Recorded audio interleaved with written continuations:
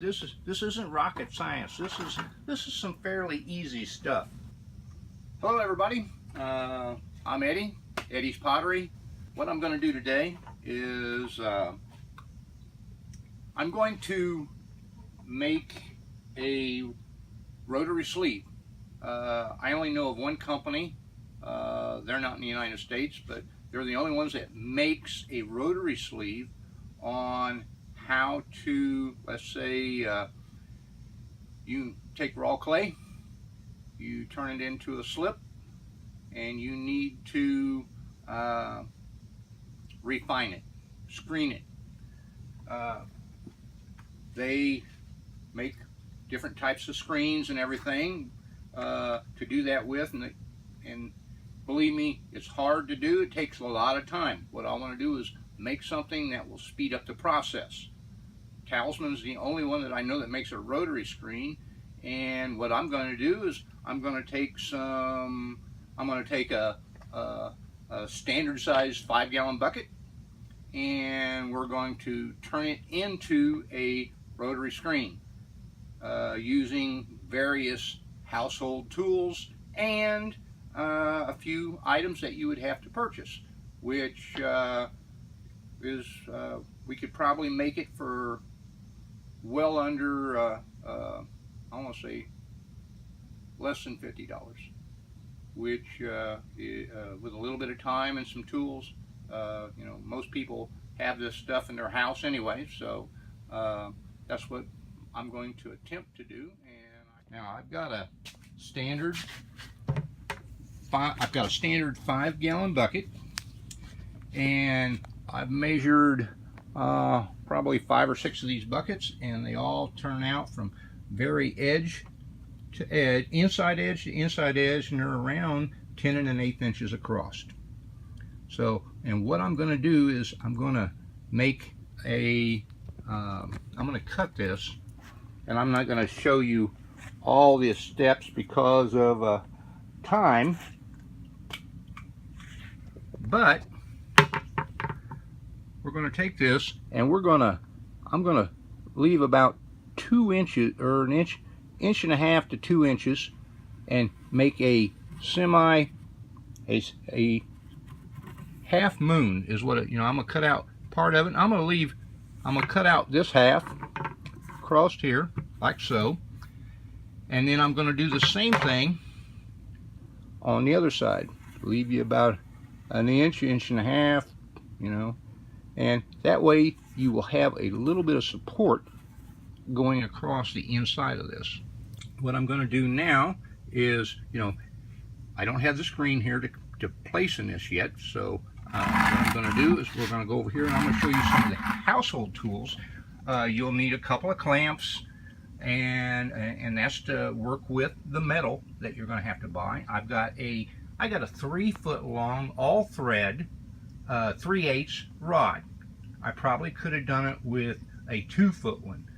And you got a standard jig, you got a jigsaw. I mean, you could use a hacksaw if you wanted to, but you know, it'd take a little bit more time to cut through the metal. You got a standard hammer and the clamps and everything. Now, this is the key piece right here. This brush, that's a wallpaper brush. All I did was trim the ends of it so that it would fit down inside, and it's going to leave you, I cut this down to I think it was 10 1/4.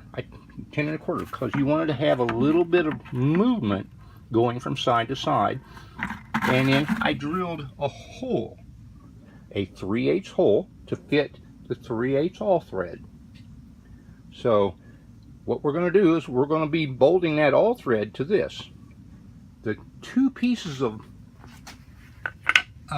angle iron that I have right here, what I did was, the bucket tapers. So what you'll need to do is you can go to Menards, Lowe's, Home Depot, any hardware store. They sell the angle iron that's perforated with the holes. Standard size hole is 3/8. It fits the 3/8 it fits that 3/8 rod real good. You know, what you're going to need to do is you're going to have to cut back. Well, let's get back to the size of this. The bottom of your bottom bracket piece needs to be 11 inches. This one right here, this is 11 3/4.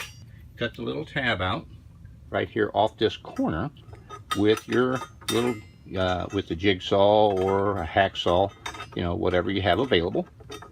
And that way, what it does is you can then fold this with just a standard hammer. And all I'm going to do is just take that rascal and just like that. Yeah.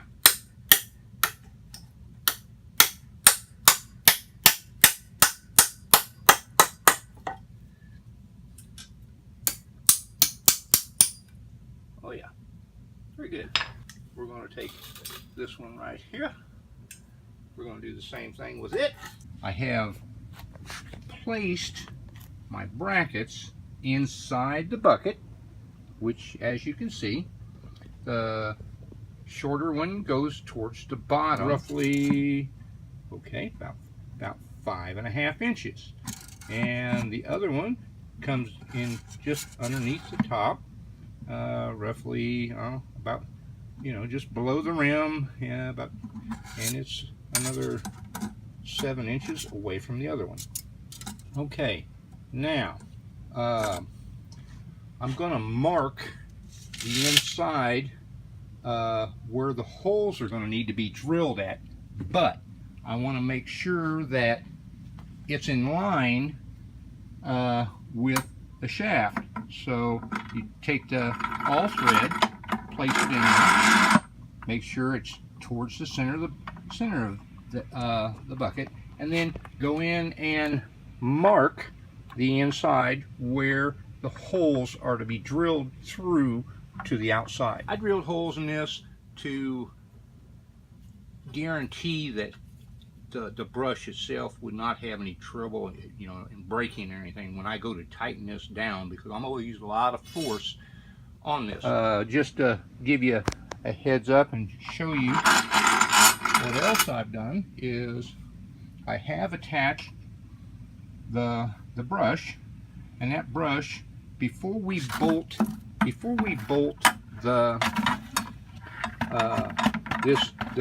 brackets to the side of the bucket, we're going to slide that through the center holes, and it'll go through both of them, and that way it will be able to turn inside. Now, what I've done is I've cut the bottom of it, and I don't have the screen mounted yet. I just now stuck it in there to try to figure out how I'm going to do it. But what I've done is I put it in there, and I have folded over the corners. You're going to take a 1/4 inch bolt. What you're going to do is you're going to make a 1/4 inch hole in the 4 spots where it's folded over at, and then we're going to put a hole in between each of those. Also, we're going to make a total of 8 holes in the bottom of this bucket.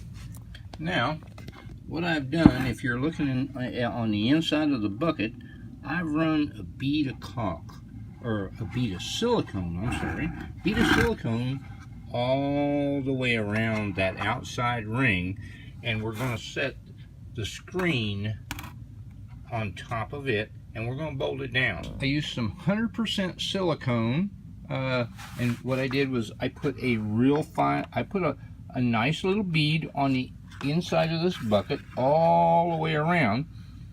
I put the screen back in, and I lined up the first hole, and then I went to the opposite one and then started putting all the bolts in.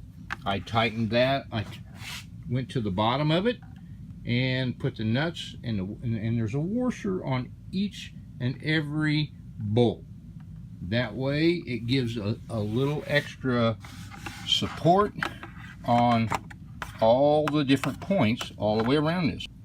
Now we're going to take another look at this. I've actually put in the brackets that we had cut earlier, and we have them bolted to the side of the bucket. We have it bolted to the side of the bucket, so they're very stable on both sides. We have the same thing. So what I did was I slipped the 3/8 rod through both the brackets and then put everything inside the bucket. Now that the brush is now down against the screen. Now what we're going to have to do now is make a handle up here towards the top of it to manually turn this so that the brush will turn against the screen. What I went and did was I took that extra piece of little angle iron that's roughly what, 6.5 inches long, and I took a bolt. I run a bolt down and put a nut on each side of it, and I got a piece of PVC pipe. I got the handle, and I put 2 nuts on the bottom of it with a washer, and then I put another washer and a lock washer there, and then 2 more nuts. So actually, when I put those on this shaft, I tighten these 2 together before I put anything else on here. And I know you can see what I'm talking about. And once you tighten these up and put that washer on there, then you want to put the bracket on top, another washer, the lock washer, then take and tighten down the first. You hold the bottom of this, tighten down that first one. Then once that's tight, then you take and put the second nut on. Tighten it down real good. That way you've got double tightness on here, and it's on, you have a lot of threads there together, so what it does, so it'll hold it. Now what's really amazing is I'm glad I put this piece of PVC. I mean, it's real loose and everything. It's not overly fancy, but it gives me the turning when I go to turn this around and around. This item right here I think is going to be fantastic. And actually, after I got through calculating the money of this, this is less than $40. I'm hoping everybody will use this idea because I think it's a great one. I really do. So hey, good luck on making yours, and possibly if you need any help or any ideas, I'll be more than happy to help you. All right, thank you.